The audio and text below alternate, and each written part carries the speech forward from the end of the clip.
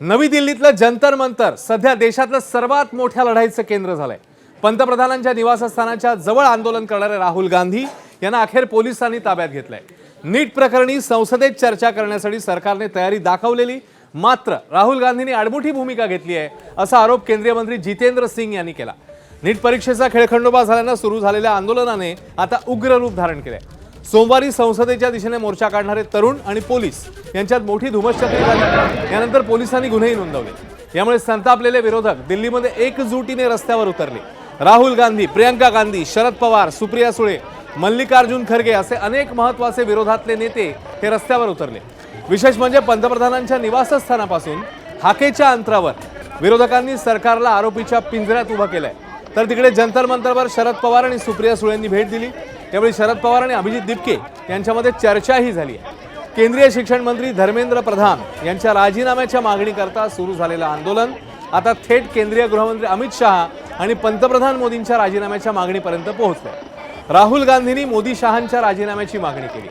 सरकारने चर्चेसाठी यावं अशी प्रमुख मागणी विरोधकांनी लावून धरली। अखेर केंद्रीय मंत्री जितेंद्र सिंग यांना आंदोलकांसोबत चर्चेसाठी घटनास्थळी यावं लागलं। राहुल गांधींसोबत चर्चा केल्यावर जितेंद्र सिंग यांनी माध्यमांशी मग संवाद साधला आणि आता सरकार संसदेमध्ये चर्चेला तयार आहे अशी माहिती त्यांनी दिलेली आहे। ही तीन दृश्य आपण बघताय। राहुल गांधींना ताब्यात घेण्यात आलं, प्रियंका गांधींना ताब्यात घेण्यात आलं आणि अखिलेश यादव सपाचे नेते हे देखील तिकडे पोहोचलेले होते आंदोलनस्थळी आणि त्यांनाही ताब्यात घेण्यात आलंय। दिवस दुसरा आहे। आंदोलन जे आहे ते आणखी तापलेलंच बघायला मिळतंय। आज सगळे प्रमुख विरोधी नेते तिकडे पोहोचले आणि त्यानंतर जे घडलंय ते आपल्यासमोर आणि ही दृश्य आहेत जेव्हा राहुल गांधींना पोलिसांनी ताब्यात घेतलं। तब्बल 3.5 तास हे ठिय्या आंदोलन सुरू होतं आणि त्याच्यानंतर राहुल गांधी तसंच अन्य प्रमुख विरोधी पक्षनेते यांना ताब्यात घेण्यात आलं। प्रियंका गांधी सोबत होत्या, अखिलेश यादव होते आणि या सगळ्यांना ताब्यात घेण्यात आलं। प्रचंड मोठा पोलीस बंदोबस्त, मोठी गर्दी आंदोलकांची आणि त्याच वेळी या प्रमुख नेत्यांना ताब्यात घेण्यात आलं।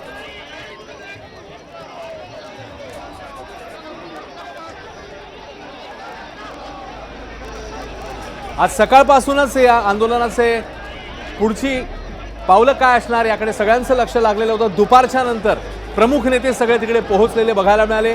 शरद पवार आणि त्यांचे नेते देखील पोहोचलेले होते जंतर मंतरवर। तर राहुल गांधी, प्रियंका गांधी, काँग्रेसचे प्रमुख नेते अखिलेश यादव ही सगळी मंडळी इकडे पोहोचली आणि आंदोलन जे आहे ते आपल्या समोर आहे। त्यानंतर आता पोलिसांनी या सगळ्यांना ताब्यात घेतलेलं आहे। सरकार चर्चेला तयार आहे। मंत्री जितेंद्र सिंग असं म्हणाले की सरकार चर्चेला तयार आहे, मग तुम्ही या आंदोलनस्थळावरून हटत का नाही असा सवालही त्यांनी उपस्थित केला आणि त्यासोबतच राहुल गांधींची भूमिका आडमुठी आहे अशी टीका देखील जितेंद्र सिंग यांनी केली। आणि त्यानंतर आता जे घडलंय ते आपल्या समोर आहे। नवी दिल्लीमध्ये पुन्हा एकदा दिवस दुसरा आहे। आंदोलन पुन्हा एकदा तापलेलं बघायला मिळतं।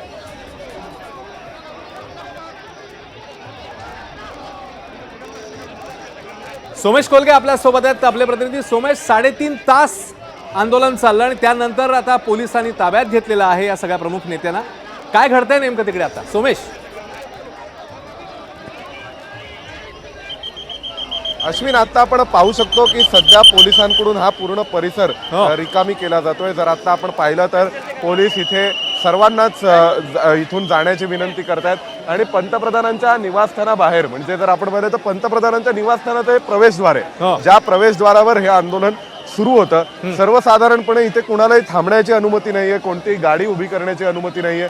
जर आपण इथे पाहू शकत असलो तर हे बॅरिकेड्स म्हणजे पंतप्रधानांचं निवासस्थान आहे। हा पंतप्रधानांच्या निवासस्थानाचा गेट आहे आणि त्या गेटवरच हे आंदोलन सुरू होतं। जवळपास 2.5 तास इथे काँग्रेसचे खासदार, काँग्रेसचे नेते प्रियंका गांधी, राहुल गांधी इथे आंदोलन करत होते। DK शिवकुमार कर्नाटकचे मुख्यमंत्री या आंदोलनात सहभागी झाले होते। केरळचे मुख्यमंत्री VD सतीशन देखील दिल्लीत आलेले असताना ते या आंदोलनामध्ये सहभागी झालेले होते।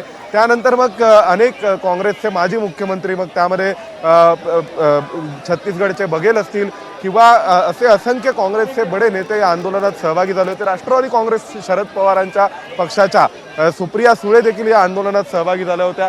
TMCचे नेते देखील या आंदोलनात सहभागी झाले होते। आता आपण पाहतोय रॅपिड ॲक्शन फोर्सच्या गाड्या आता इथे बाहेर फिरतायत आणि या गाड्या दंगल नियंत्रण पथकाच्या गाड्या आहेत। त्या गाड्या सध्या सर्वसाधारणपणे या संपूर्ण परिसराची पुन्हा एकदा सुरक्षा एन्श्योर करतायत असं आपण म्हणू शकतो। आणि जर आपण इथे पाहिलं तर याच ठिकाणी सध्या हे सगळे पोलीस ज्यांनी या सर्व आंदोलकांना इथून ताब्यात घेतलं तोच परिसर आहे। ही गाडी जी पोलिसांची समोर आपल्या उभी आहे त्या गाडीच्या तिथेच हे सगळे आंदोलक बसलेले होते आणि या आंदोलकांनी खूप वेळ इथे ठिय्या मांडला होता। पंतप्रधानांच्या विरोधामध्ये घोषणाबाजी झाली, त्यानंतर पंतप्रधान नरेंद्र मोदी आणि अमित शाह यांचा राजीनामा मागण्यात आला। आपण जर पाहिलं तर पोलिसांकडून इथला जो कचरा आहे तो देखील साफ केला जातोय। जर आपण काळजीपूर्वक पाहिलं तर पोलिसांकडून हा संपूर्ण परिसर स्वच्छ करण्याचे प्रयत्न सुरू आहेत आणि त्या ठिकाणी आता पोलिसांकडून पुन्हा एकदा हा संपूर्ण परिसर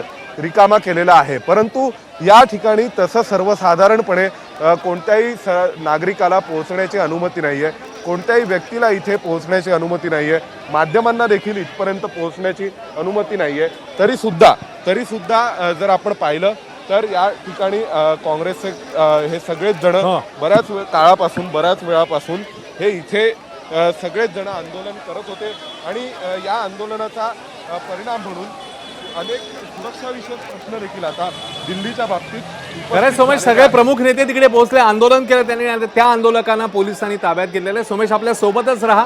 दरम्यान मंत्री जितेंद्र सिंग यांचं नेमकं काय म्हणणं आहे जाणून घेऊया। कि कुछ ही क्षणों में आप अपनी बात से मुकर जाए।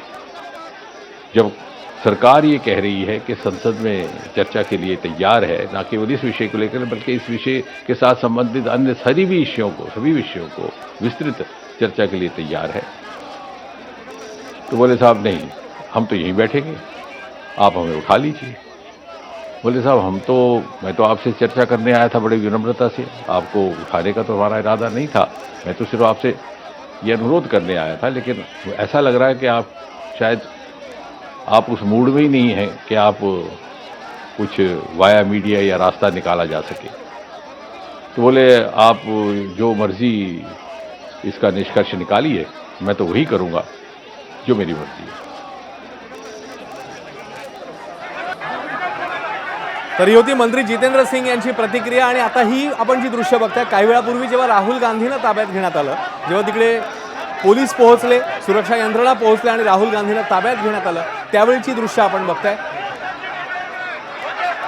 अगदी काही वेळापूर्वीच राहुल गांधी, प्रियंका गांधी, अखिलेश यादव यांना पोलिसांनी ताब्यात घेतलं। तेव्हा राहुल गांधींना जेव्हा ताब्यात घेतलं तेव्हा नेमकं काय घडलेलं होतं आपल्या समोर आहे।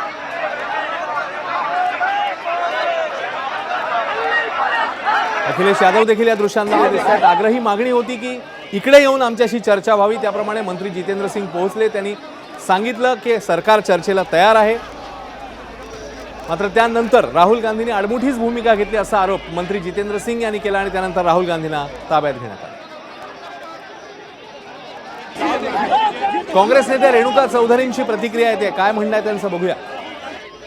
जैसे बोला गया है कि अब इनको जो है यहाँ पर से हटाना है, यहाँ पर उनको जो है ये डिटेन करने के लिए बस भी आ गई है। लेकिन रेणुका चौधरी ने क्या कहा, जिस बात का जो है आपने जो सवाल पूछा था, जिसका जवाब मांगा था, रेणुका चौधरी से मैंने एक बार नहीं, दो बार नहीं, तीन बार यही सवाल पूछा और रेणुका चौधरी ने बार बार यही कहा कि हमारी पहली मांग ये है कि धर्मेंद्र प्रधान का इस्तीफा हो। शायद डॉक्टर जितेंद्र सिंह गुमराह हो गए या उनको समझ में नहीं आया, बाकी जिन शब्दों का इस्तेमाल किया वो जो है सांसद हैं।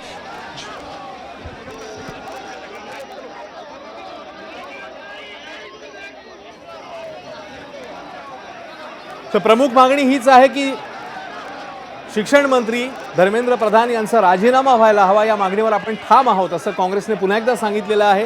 स्पष्टपणे सांगितलेलं आहे की होय, आम्हाला राजीनामाच हवा आहे, त्याशिवाय आम्ही कोणत्याही प्रकारे यामध्ये तडजोड करणार नाही। आणि तशीच सगळ्या नेत्यांची आग्रही भूमिका बघायला मिळते। सध्या ही दृश्य आपण बघताय जेव्हा राहुल गांधींना काही वेळापूर्वी ताब्यात घेण्यात आलेलं।